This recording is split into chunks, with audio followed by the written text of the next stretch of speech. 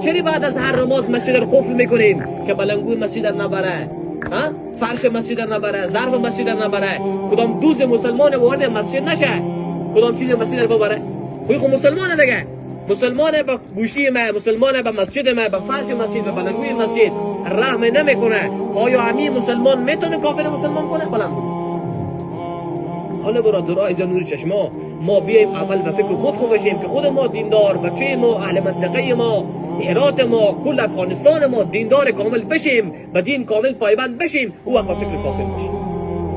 اصحاب نبی صلی الله علیه و سلم اونا به زبان نمیگفتن شما سه محترم مسلمان بشین، این کارو بکنین، اون کارو بکنین. ظاهری قدم میزدن، اخلاق معلوم میشد، رفتار معلوم میشد، دینداری معلوم میشد، نور چهره در چهره زور نمایان بود. اونا میامد پیش سالم مینشست، شما کلمه رو بگو تا مسلمان بشید.